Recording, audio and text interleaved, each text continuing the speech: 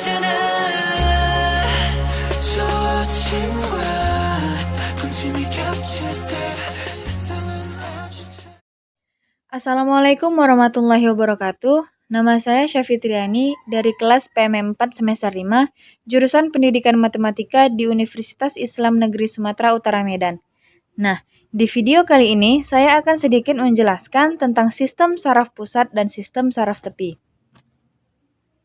Yang pertama akan kita bahas adalah sistem saraf pusat.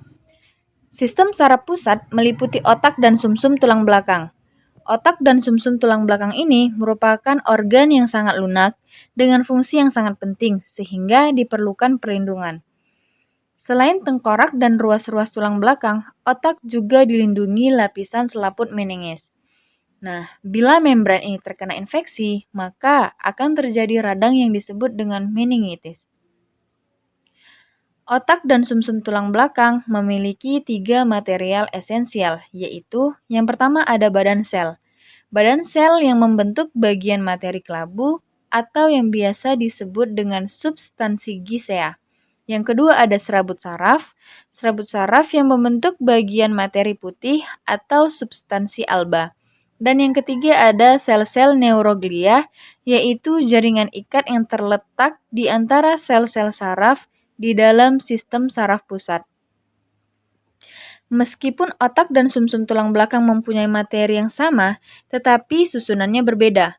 Pada otak, materi kelabu terletak pada bagian luar atau kulitnya yang biasa disebut dengan korteks dan bagian putih terletak di tengah. Sedangkan pada sumsum tulang belakang, bagian tengah berupa materi kelabu berbentuk kupu-kupu, sedangkan bagian korteks berupa materi putih.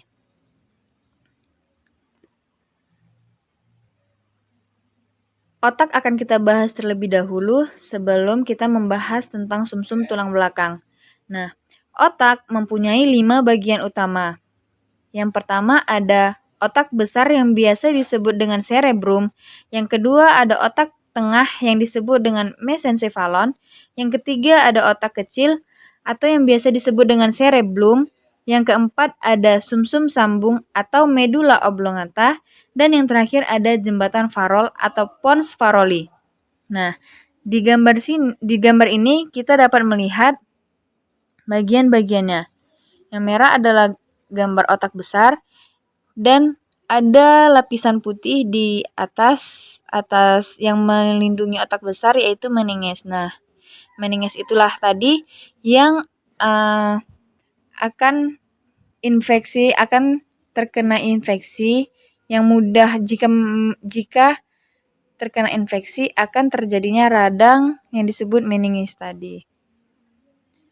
Nah, di bawah itu ada otak tengah, ada pons Faroli, terus ada medulla oblongata, sumsum tulang belakang, dan otak kecil.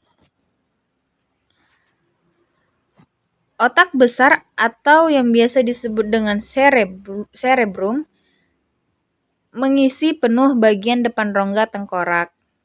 Otak besar ini mempunyai fungsi dalam pengaturan semua aktivitas mental, yaitu yang berkaitan dengan kepandaian atau intelijensi, ingatan atau memori, kesadaran dan pertimbangan.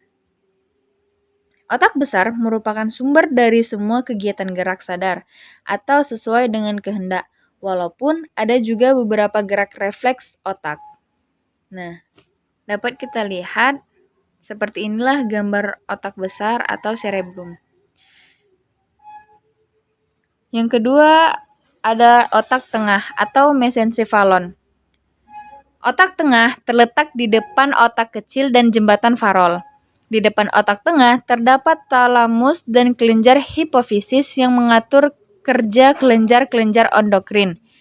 Bagian atas atau dorsal otak tengah merupakan lobus optikus yang mengatur refleks mata seperti penyempitan pupil mata dan juga merupakan pusat pendengaran.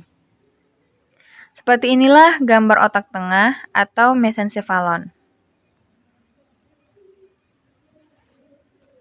Yang selanjutnya ada otak kecil atau yang biasa disebut dengan cerebellum. Otak kecil terletak di bagian belakang kepala. Cerebellum mempunyai fungsi utama dalam koordinasi gerak otot yang terjadi secara sadar, keseimbangan, dan posisi tubuh.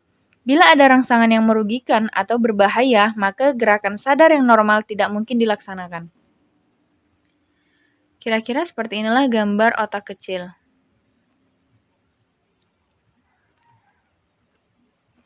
Selanjutnya, sumsum sambung. Sumsum sambung yang biasa disebut dengan oblongata itu terletak di sepanjang tulang belakang yang membentang dari bagian bawah otak hingga ke punggung bagian bawah. Sumsum sambung berfungsi mengantar impuls yang datang dari modula spinalis menuju ke otak. Sumsum sambung juga memengaruhi jembatan refleks fisiologi seperti detak jantung, tekanan darah, volume dan kecepatan respirasi, gerak alat pencernaan, dan sekresi kelenjar pencernaan. Dan yang terakhir itu ada jembatan Farol atau pons faroli. Jembatan Farol terletak di kepala bagian belakang dan dilindungi oleh tengkorak. Jembatan Farol ini berisi serabut saraf yang menghubungkan otak kecil bagian kiri dengan kanan, juga menghubungkan otak besar dan sumsum tulang belakang. Seperti inilah gambar jembatan Farol. Nah, jembatan Farol itu yang ada di bawah yang warna biru sebelah kiri.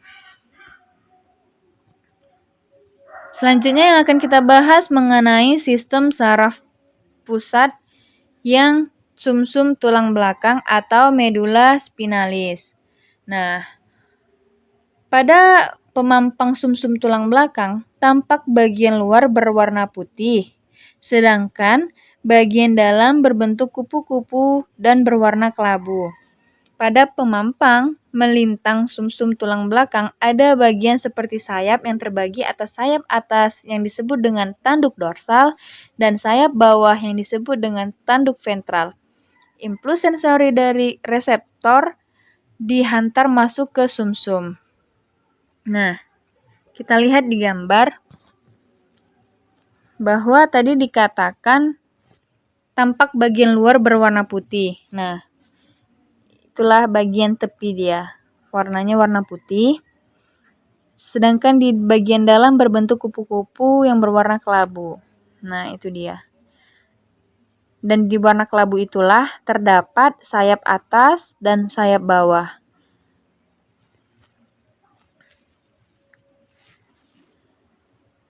Selanjutnya, kita akan membahas tentang sistem saraf tepi. Sistem saraf tepi adalah sistem saraf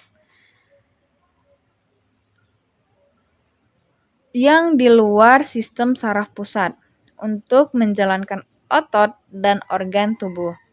Tidak seperti sistem saraf pusat, sistem saraf tepi ini tidak dilindungi oleh apapun, membiarkannya rentan terhadap racun dan luka mekanis. Nah, jadi sistem saraf tepi ini tidak seperti sistem saraf pusat yang memiliki perlindungan. Sistem saraf tepi memang tidak memiliki perlindungan sehingga sistem saraf tepi mudah atau rentan terkena penyakit atau racun-racun. Kira-kira seperti inilah gambar dari sistem saraf tepi.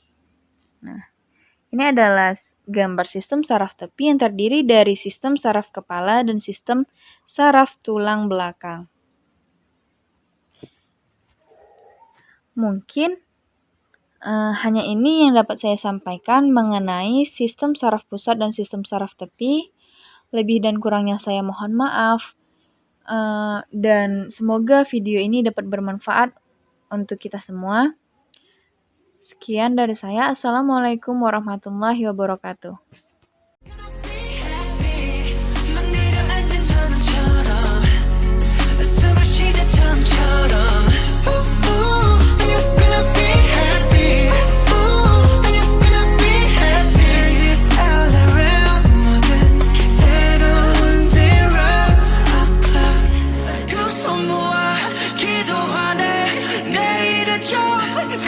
길을